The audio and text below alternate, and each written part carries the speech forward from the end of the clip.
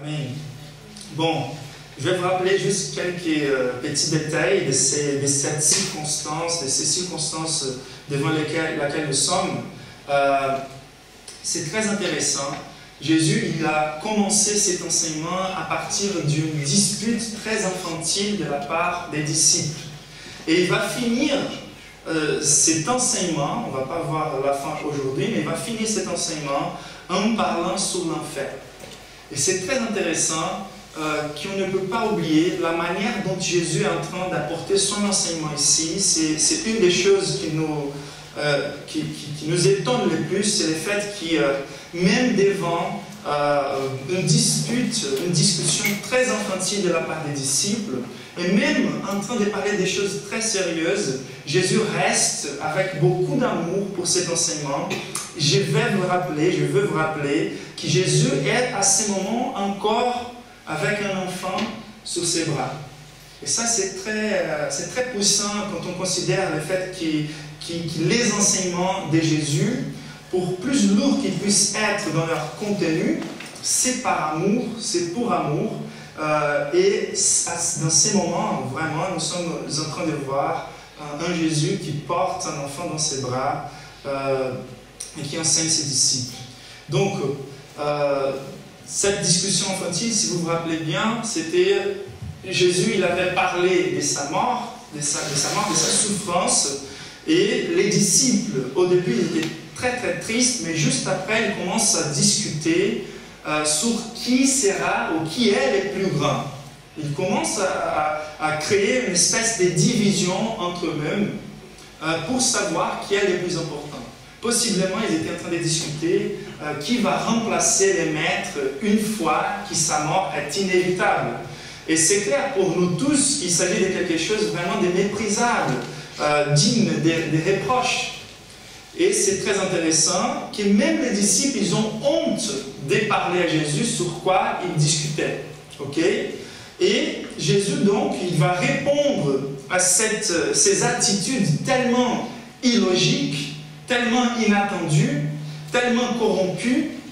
C'est comme si ces hommes-là, qui voulaient être traités comme les grandes références spirituelles, c'était quelque chose de tellement folle, de tellement bête qu'ils étaient en train de faire, que Jésus, au lieu de venir avec une confrontation très grave, il les traite tant qu'enfants. Votre comportement, il est très infantile. Vous êtes encore en train d'avoir des disputes entre vous. Je suis en train de vous dire que je suis venu dans le monde, moi, les rois de la gloire, les princes de la création, pour m'humilier à point de mourir, comme si j'étais un pécheur, comme si j'étais l'ultime. Et en me regardant, et en parlant de mon royaume, et en voulant me représenter devant les hommes, vous êtes encore à la recherche de proéminence selon le monde. Vous êtes encore en train de gérer des divisions. Et donc, c'est clair pour Jésus qu'il s'agit encore des enfants, des disciples, que même s'ils sont très grands, même s'ils marchent très proches de Messie pendant ces presque 3 années, ils restent encore très infantiles dans leur manière de se sentir plus importants que d'autres. Et là, en fait, ce que Jésus va apporter comme enseignement, comme on a vu le dimanche dernier, c'était que ce qui s'est vraiment attendu, ce qui peut être vu comme maturité chrétienne, c'est la conviction de notre petitesse devant Dieu et l'expression de cette reconnaissance dans les services d'autres petits. Vous êtes avec moi? Donc il prend un enfant sur ses bras, il commence à se communiquer avec les disciples comme s'il était en train de dire, vous voyez, vous êtes comme des enfants. Si je ne vous porte pas sur mes bras, vous ne pouvez rien faire. Donc, regardez qui vous êtes devant moi. Vous n'êtes rien, vous êtes vulnérable. Et avec moi, vous pouvez quelque chose, mais pas à cause de moi. Pardon, pas à cause de vous, mais à cause de moi.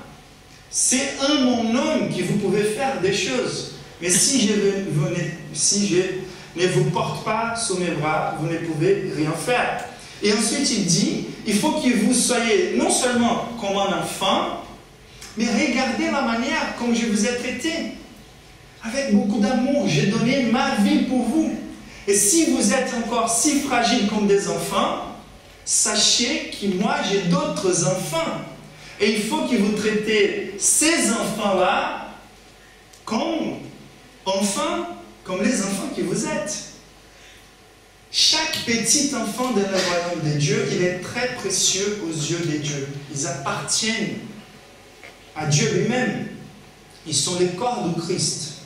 Et donc, il faut reconnaître notre petitesse et servir, si nous voulons être premiers dans les paramètres du royaume des cieux, il faut qu'on soit les derniers et serviteurs de tous. Car ça, c'est la référence de Jésus. Les premiers, il s'est fait les derniers pour servir à tous, les plus petits, les moins importants. Bon, tout ça, on a vu, et c'est bien de rappeler les contextes. Car quelle est la transition, la connexion de ce qu'on voit aujourd'hui, cette question des gens et ce que Jésus est en train d'enseigner?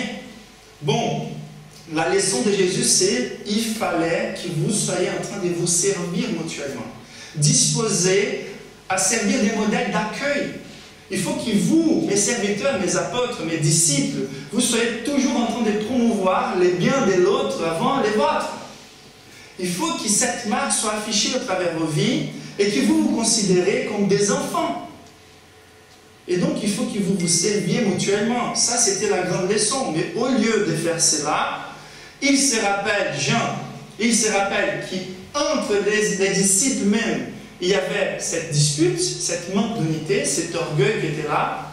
Mais plus que ça, Jean, il se rappelle que si nous nous considérons les disciples, les apôtres les plus importants, car nous sommes très proches du Maître, et Jésus est en train de dire, même ces petits-enfants, même les moins importants aux yeux humains dans les royaumes de Dieu, même ceux qui ne sont pas en évidence quand ils sont en train de servir Dieu, son Église ou l'Éternel, même ceux qui sont très cachés ou très faibles, Jésus dit aux apôtres, il faut, si vous voulez vraiment être les premiers, il faut que vous serviez même ces petits. Et donc la conscience des gens commence à peser. Et il se rappelle d'un épisode où il y avait une personne qui aux yeux des apôtres n'était pas si important, car il n'était pas en train de marcher très proche de Christ comme les apôtres ils étaient. Et donc il y a cette arrogance, cet orgueil dans le cœur des disciples, et Jean il dit, il confesse ces péchés-là, c'est une confession des péchés, et il va dire, Maître, il y a une fois, il y avait un homme qui était en train de chasser des démons en ton nom, et nous l'avons interdit, car il n'était pas en train de marcher avec nous, il n'était pas en train de nous suivre.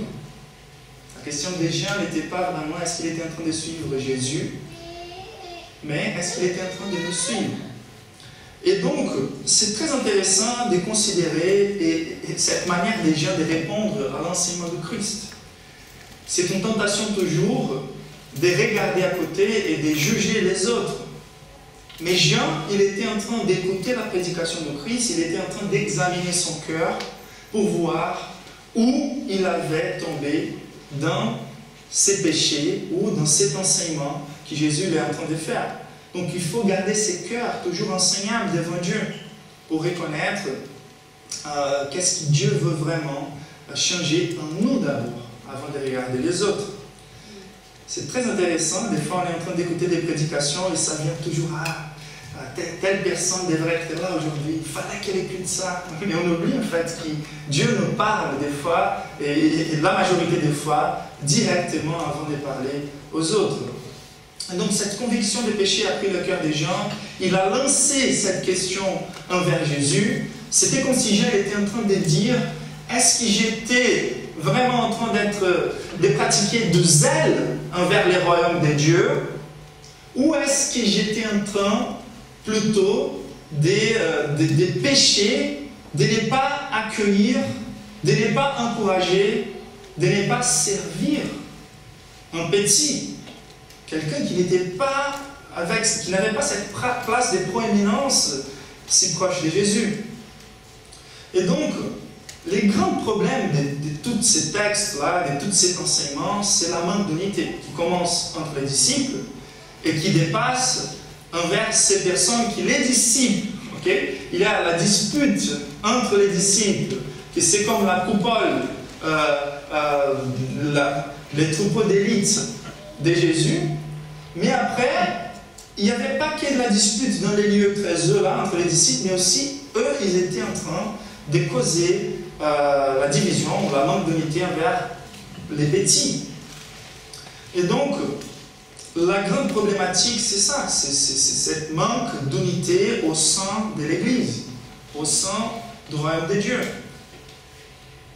Les textes, ils commencent avec cette situation, cette dispute entre les disciples, et il finit avec le verset 50 en disant « Le sel est une bonne chose, mais s'il perd sa saveur, avec quoi la lui rendrez-vous?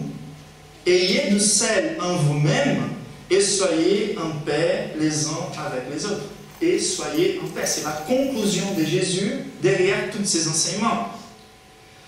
Et quelle est la pertinence de ces problèmes, de cette problématique aujourd'hui? Déjà, ça fait partie de la nature humaine, cette fragilité de l'orgueil. Il y a certains philosophes, certains sociologues, certains théologiens qui disent qu'ils ne croient pas vraiment qu'il existe la manque d'estime de soi.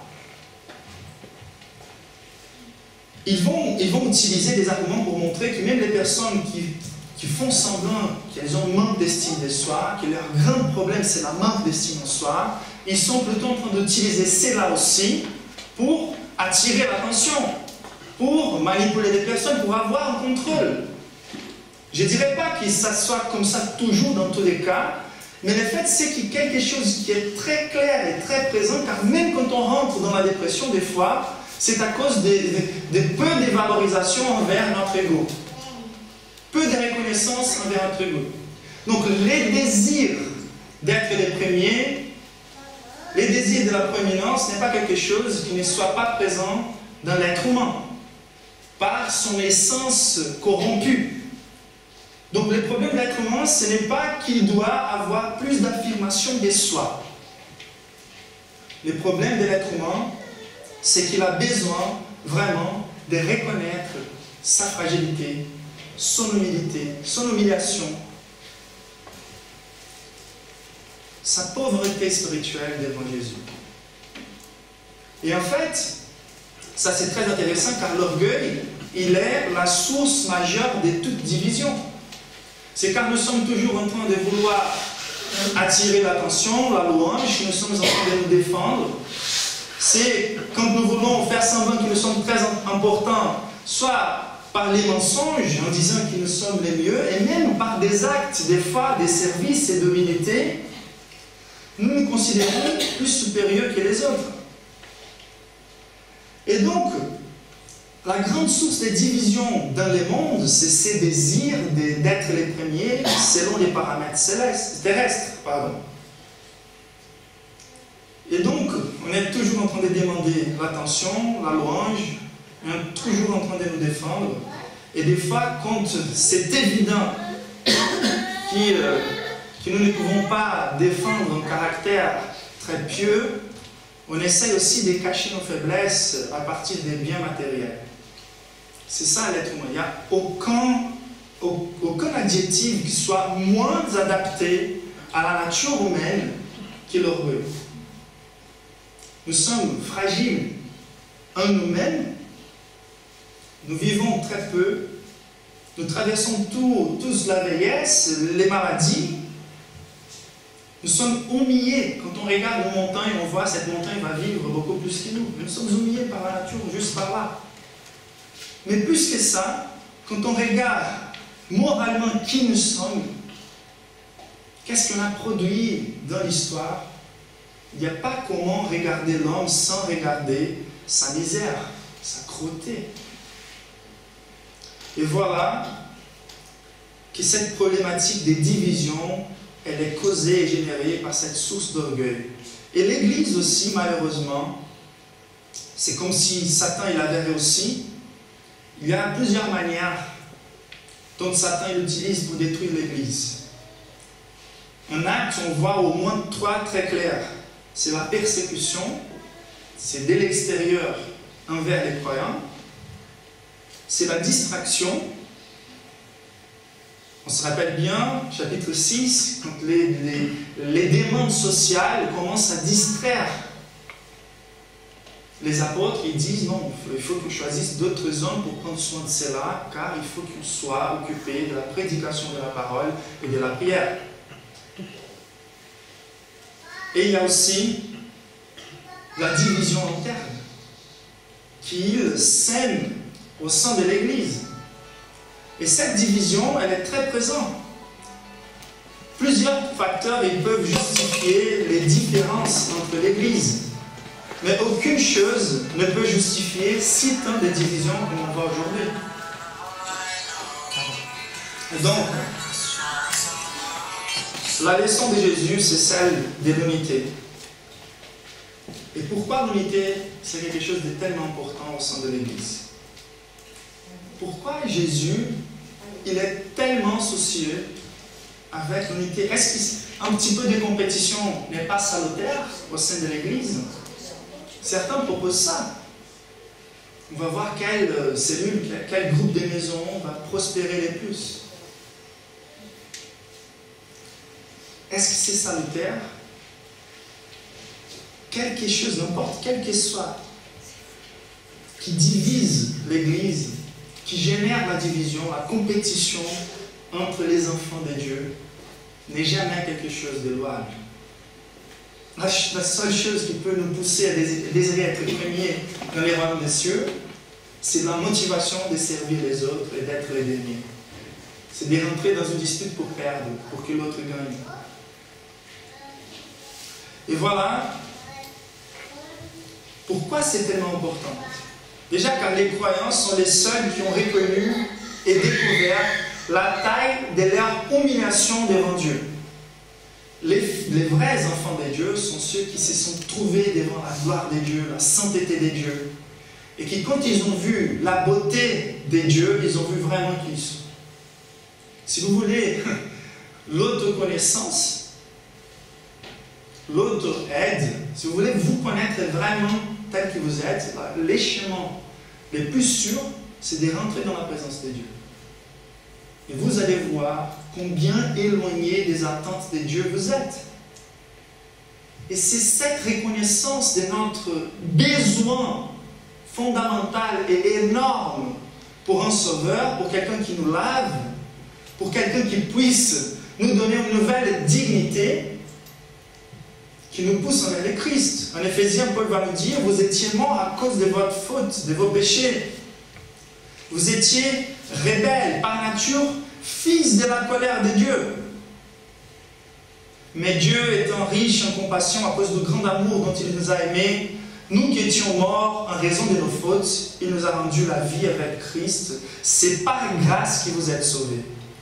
Donc déjà, c'est pas logique dans un cœur croyant, quelqu'un qui s'est vu vraiment qu'il est devant Dieu, c'est pas logique qu'il soit en train de chercher une place de reconnaissance ou de proéminence. Et donc, c'est déjà, l'unité elle est importante car ça ne fait pas de sens entre les vrais croyants d'avoir un égard sur soi-même d'orgueil. Okay? Aussi car Dieu, il est reconnu par l'unité dans l'Église. Personne n'a jamais vu Dieu, mais si nous nous aimons les uns les autres, c'est par cette unité que les personnes vont voir la présence de Dieu. Pourquoi? Car c'est tellement rare. C'est vraiment impossible de trouver au sein de l'humanité, il y a quelque chose qui classifie les croyants, qui les divise des non-croyants. Il y a une possibilité de vivre dans la réconciliation, dans l'unité, au sein de la famille de foi, qui n'est pas possible hors de l'Église. Donc la grande distinction, c'est si vous voulez savoir qui sont les fils de Dieu, regardez une communauté qui, même si elle se blesse, elle se réconcilie. Elle vit dans l'unité. L'unité est la chose la principale entre eux. Et donc, l'unité si rare dans les mondes, si surnaturel, ne peut être générée que par Jésus. Car les pacificateurs seront appelés les fils de Dieu. Vous vous rappelez bien les béatitudes, quand Jésus va décrire les caractères d'un croyant, il va dire il y a plusieurs récompenses pour chaque béatitude. Mais d'être appelé fils de Dieu, quel statut? C'est réservé pour les pacificateurs. Ceux qui, au lieu d'être en train de causer la division, sont en train de causer la réconciliation. Et pourquoi ils seront appelés fils de Dieu? Car l'œuvre centrale de Dieu envers l'humanité, c'est l'œuvre de la réconciliation. En Corinthiens, Paul il nous dit, si quelqu'un est en Christ, il est une nouvelle créature, les choses anciennes sont passées, voici toutes choses sont devenues nouvelles. Et tout cela vient de Dieu, qui nous a, regardez combien de fois les mots réconcilier il apparaît. Dieu qui nous a réconciliés avec lui par Jésus-Christ et qui nous a donné les ministères de la réconciliation. En effet, Dieu était en Christ, il réconciliait le monde avec lui-même. Et ne chargeant pas les hommes de leurs fautes, et il a mis en nous la parole de la réconciliation. Nous sommes donc des ambassadeurs de Christ, comme si Dieu adressait par nous son appel. Et nous supplions au nom de Christ, soyez réconciliés avec Dieu. Celui qui n'a pas connu les péchés, il l'a fait devenir péché pour nous, afin qu'en lui, nous devenions justice de Dieu. Vous savez, qu'est-ce que c'est l'évangélisation? C'est comme on dit, très ancien, il dit, c'est un mendiant racontant à un autre où trouver du pain. Il n'y a pas de la place pour l'orgueil là-dedans.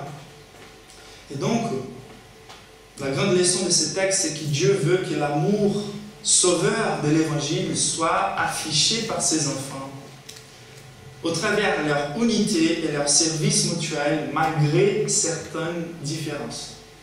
Ok? C'est ça l'enseignement. Ne l'empêchez pas. Il est en train de chasser des démons. Celui qui n'est pas contre nous, il est pour nous. Mais comment concilier, et ça c'est le grand challenge de ce texte, et c'est pour ça que la question déjà n'est pas si tant bête, comment concilier, par exemple, des passages comme Matthieu 24, 5, où Jésus va dire, en effet, beaucoup viendront sous mon nom et diront, c'est moi qui suis le Messie, et ils tromperont beaucoup de gens. Comment concilier cet accueil et cette acceptation, cette unité envers n'importe qui, jusqu'à il vient en nom de Jésus ou quand il chasse des démons? Comment concilier ça avec Jésus qui se tourne vers Pierre et demande qui ils disent qui je suis, et qui va corriger la compréhension populaire sur Jésus? Comment concilier ces reproches, regardez-moi Satan, jusqu'à il n'a pas une bonne compréhension de Christ? Bon, c'est très difficile de concilier ces passages avec d'autres passages qui nous donnent la responsabilité d'évaluer les faux prophètes, les faux croyants. Quelle est l'extension? Et c'est ça en fait la question centrale. C'est quelle est la limite de l'extension de l'unité chrétienne? Jusqu'à où je peux étendre mes bras et considérer nous sommes tous des croyants. Je dois vous servir. Comment identifier l'enfant de Christ? Et c'est très intéressant.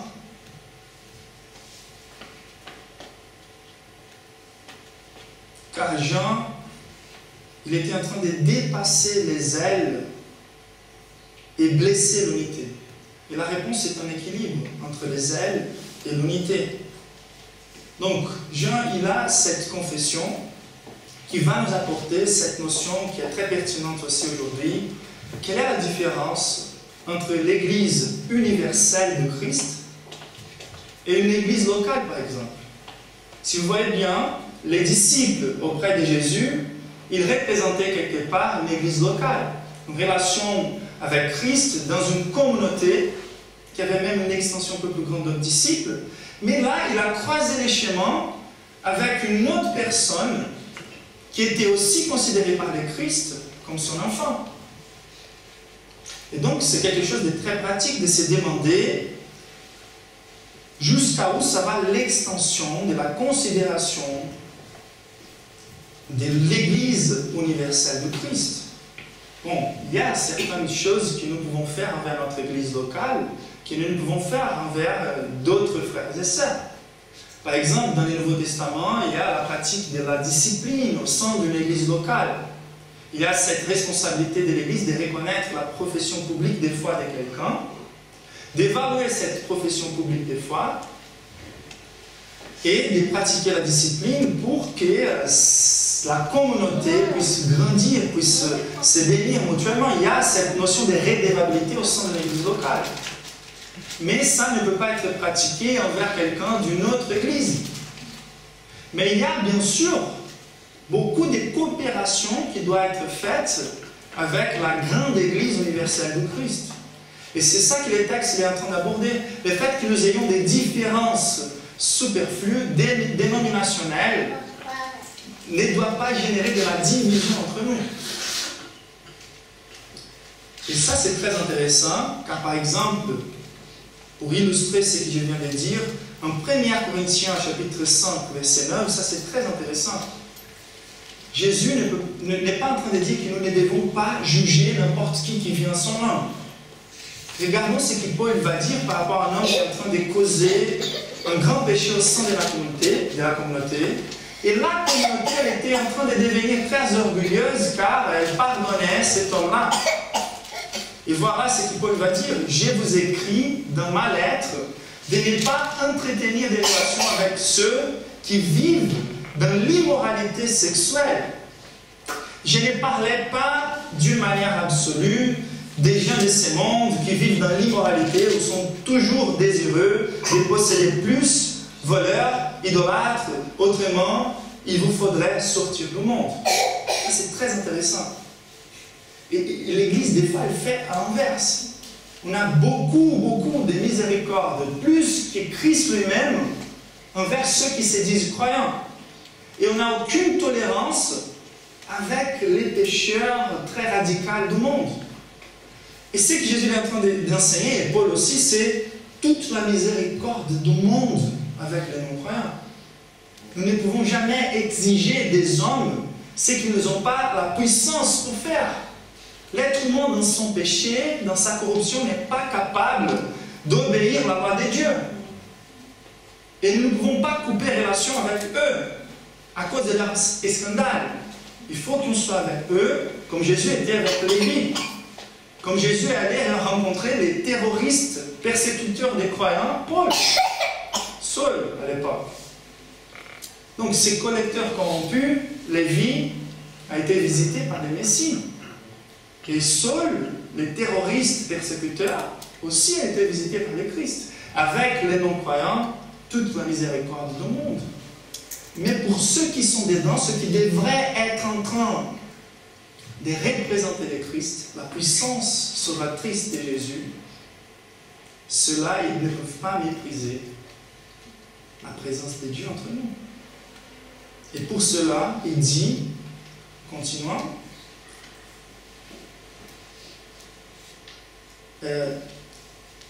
est-ce que moi, en effet, ce que je vous ai écrit, c'est de ne pas vous entretenir des relations avec quelqu'un qui, tout en se disant votre frère, ok, il vient au nom de Jésus, il fait partie même du roi des membres de cette église, vit dans l'immoralité sexuelle, est toujours désireux de posséder plus, idolâtre, calomniateur, ivrogne ou voleur, de ne pas même manger avec un tel homme. Comment concilier ce que Jésus est en train d'enseigner avec ce type de pratique qui doit être pratiqué au sein de l'église locale? Vous voyez les challenges? Bon, et la réponse, on va voir juste une réponse très claire dans les textes, ce n'est pas compliqué à ce sujet. C'est que l'extension de l'unité chrétienne est envers tous les croyants. C'est une extension quelque part qui n'a pas de limite. La seule limite, c'est vraiment que les personnes soient converties. L'unité des enfants de Dieu, elle n'est basée que sur la conversion des personnes. La conversion authentique des personnes. L'extension de l'unité chrétienne a un paramètre minimal. Et ça, c'est très intéressant. Il faut juste qu'il ne soit pas contre nous. Il faut qu'il soit pour nous. La neutralité est quelque chose d'impossible entre les royaumes célestes et l'empire terrestre. Soit nous sommes pour le Christ, soit nous sommes contre le Christ. Une adaptation formale, nominale, un environnement religieux n'est pas suffisant de me permettre de me considérer un croyant. Il faut qu'on ait au moins cette notion. Nous ne sommes pas en train de jouer contre le royaume de Dieu. Il faut qu'on soit pour le royaume de Dieu. Et bien sûr, des fois, on va creuser les chemins avec des personnes qui nous n'avons pas l'intimité. Ils se disent croyants, ils croisent nos chemins. Nous n'avons pas l'intimité, quelque chose qu'on doit avoir au sein d'une communauté locale, mais je peux rassembler des efforts avec ces personnes, même si je ne suis pas en train de tout regarder sur sa vie. Dieu n'attend pas de nous, quand il s'agit de son Église universelle, qu'on ait la connaissance de tous les détails des vies des personnes. Ce que Jésus est en train de nous encourager à faire, c'est de nous baser plutôt par l'optimisme envers les croyants. Donc, nous ne pouvons pas ajouter des critères à ceux de Christ. C'est le danger de l'appropriation. C'est comme si Jean il était en train de considérer maintenant que l'Église était quelque chose qui, lui, il possédait. Et maintenant, il veut contrôler les personnes. Si les personnes n'ont pas eu la même expérience de foi exacte que moi j'ai eue, je considère que ces personnes-là ne sont pas des croyants. Ou je veux les interdire, je veux contrôler. Il y a cette tentation toujours de contrôler les croyants. Et on voit ça très souvent dans les églises.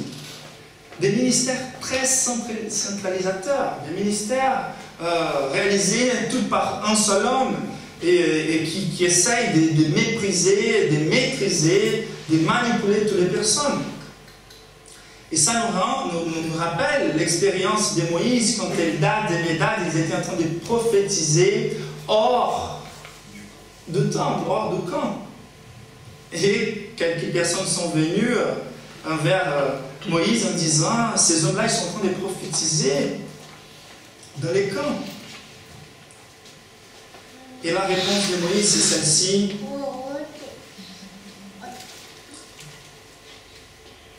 La demande de Josué et de nous, c'était « Moïse, mon Seigneur, empêche les uns. » Et Moïse lui a répondu « Es-tu jaloux pour moi?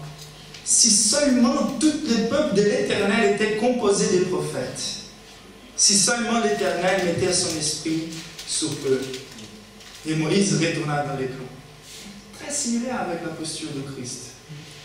Ils étaient en train de faire quelque chose pour le royaume de Dieu. Il faut donner aux personnes les crédits de confiance. Jusqu'au moment où ils ne sont pas en train d'afficher quelque chose de clairement contraire au royaume de Dieu, il faut qu'on les considère des croyants. La leçon de Judas, elle est incroyable. Qu'est-ce que Jésus a voulu nous enseigner? Bien sûr qu'étant que Dieu, il savait que Judas, depuis le début, il était des traîtres. Mais quelle est la leçon? C'est qu'on ne peut pas nous baser par nos impressions, par nos sentiments. Des fois, il y a quelqu'un qui arrive au sein de la communauté et on commence à se demander dans notre cœur, moi je ne fais pas trop de confiance. Je sens que l'Esprit m'a révélé que cette personne n'est pas là. Combien de fois nous avons trompé à cause de ça? Mais Jésus, il voulait nous enseigner. Il a pris Judas et jusqu'au moment où Judas n'avait pas déterminé dans son cœur, n'avait pas exécuté sa trahison, Jésus n'a pas affiché. Il voulait nous enseigner que nous devons nous baser par rapport aux choses qu'on voit. On ne va pas oublier ou supprimer complètement les discernements d'esprit. Mais nous n'avons plus la même autorité que les apôtres. Nous avons toujours les risques d'être torts par rapport à nos impressions, nos sentiments. Et même si c'est temporaire, on doit servir ces personnes car elles sont en train de venir au nom de Christ. Jésus va dire, ne l'empêchez pas, répondit Jésus, car personne ne peut faire un miracle en mon nom et pour toujours dire du mal de moi. C'est ça qu'il dit au verset 39. Personne ne peut faire un miracle en mon nom et aussitôt. C'est très intéressant. Il laisse une porte ouverte quand même pour la possibilité que cette personne soit un imposteur. Mais jusqu'à qu'il ne montre pas des évidences qu'il est contre le royaume de Dieu, nous devons le traiter tant qu'un enfant de Dieu. À mon église ancienne, on avait un processus de 4 mois pour recevoir un membre, tant qu'il y a quelqu'un qui s'avait vraiment converti. Et après, j'ai appris, j'ai laissé Dieu changer mes convictions, mon cœur. Et des fois, je sens que cela, c'est d'exiger plus que Jésus lui-même l'exige. Pour les baptêmes, c'est la conversion. C'est la démonstration continuelle des fruits. C'est l'attachement à l'église locale, c'est les rassemblements réguliers. Mais, une fois qu'on exige un cours théologique avant de reconnaître quelqu'un comme membre, on est déjà en train d'élever les critères beaucoup plus élevés que celui de Christ. Cela aussi touche aussi les paramètres personnels. Je me rappelle que j'ai subi une pression énorme. Dieu m'avait appelé pour les ministères et j'ai eu toujours au cœur les missions. Partir en mission où l'évangile n'a pas été prêché. Mais mon pasteur, il voyait tellement de similarités entre moi et lui qu'il voulait que je répète complètement son ministère.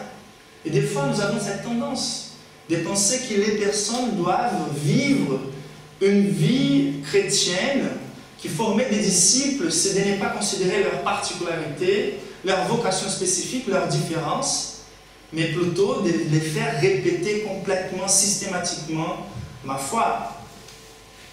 Des fois, ça s'applique à notre collaboration financière. Nous ne voulons qu'aider un projet si nous sommes complètement convaincus qu'il s'agit de quelque chose de bon. Et nous ne faisons pas confiance, nous ne prenons pas les risques de bénir quelqu'un qui peut être là, en train de faire quelque chose de glorieux pour le royaume de Dieu. Pour résumer ces points, il y a Augustin qui nous dit sur l'essentiel, unité, sur les choses périphériques, tolérance, liberté, patience, et dans toutes les choses, l'amour. Dieu nous donne un paramètre minimal pour étendre nos relations envers les croyants. Il faut juste qu'il ne soit pas contre nous. Il faut qu'il soit pour nous. Bon, on va s'arrêter là aujourd'hui, car ça c'est l'essence de cet enseignement. On a encore la Sainte Seine pour célébrer. Et l'essence de cet enseignement, cette partie première qu'on a considérée, c'était la question, je vais vous rappeler très clair. Quelle est la limite de l'extension de l'unité chrétienne? Okay? La limite, elle est, il n'y a pas de limite, la seule limite c'est la conversion. Et il faut que nous ayons un paramètre minimal. Il faut que nous ayons de l'optimisme envers nos frères et sœurs. Et je vais vous dire pourquoi.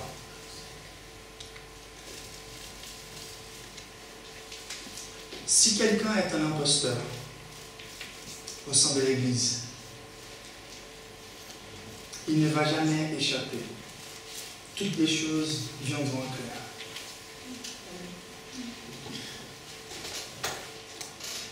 Nous ne devons pas baisser notre garde. La Bible parle des anciens, des épiscopos, ceux qui sont en train de prendre soin, d'être attentifs.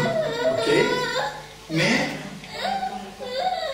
il faut qu'on se repose dans le fait que Dieu est le juge final. Et quand on regarde l'imposteur, s'il fait intentionnellement les enfants de Dieu trébucher, la condamnation elle est lourde. Mais s'il s'agit d'un enfant de Dieu, pour plus faible qu'il soit, pour plus immature qu'il soit, si nous sommes en train de lui faire trébucher à cause de notre zèle, à cause de l'appropriation, du contrôle. Nous sommes en train d'être touchés dans les yeux des dieux eux-mêmes. C'est le langage de l'Ancien Testament. Les enfants des dieux sont les centres de ses yeux. Si nous recevons un enfant des dieux, nous recevons lui-même. Il y a une protection des dieux envers ses enfants qu'on n'arrive même pas à comprendre. Donc, quel risque nous voulons prendre? Le risque de ne pas chasser l'imposteur si tôt, ou le risque de faire tomber un enfant authentique. Au lieu d'avoir de la patience, de lui servir pour qu'il grandisse, de lui donner de l'espace pour peut-être commettre des erreurs pour après apprendre. Pourquoi nous sommes en train de les supprimer? Et donc, cet équilibre, il est très difficile à trouver, surtout pour les pasteurs. C'est très difficile pour quelqu'un qui va être redevable devant Dieu par rapport à un ensemble de brebis, un pâturage, de n'être pas attentive aux possibilités des dangers qui s'approchent. Mais en même temps, c'est comme quelqu'un a déjà dit, les mieux des non-chrétiens, les mieux d'entre les non-chrétiens, des fois, ils semblent beaucoup plus croyants que les pires des croyants. Il y a un croyant qui est faible dans la foi, qui des fois il tombe dans ses péchés, qui est inconstant, mais il est un croyant authentique. Et des fois, nous avons entre nous quelqu'un qui est très capable de s'adapter à la religion, et nous pensons qu'il s'agit d'un vrai croyant. Et donc, cet équilibre il est vraiment difficile, mais Jésus, il est ici plutôt en train de cibler d'une façon positive ceux qui sont en train d'agir correctement. Et comment nous devons les traiter. De ne pas vouloir que l'orgueil prenne notre cœur, de nous sentir supérieurs aux autres. Et d'ici 2 dimanches, on va rentrer dans la deuxième partie. C'est la question comment évaluer minimalement si quelqu'un est un enfant de Dieu. Car il faut le faire quand même. Il faut qu'il soit un enfant. Dieu m'appelle à servir un enfant. Et dans ce texte même, on va trouver plusieurs points pour nous aider avec ça. Bon, levons-nous pour prier.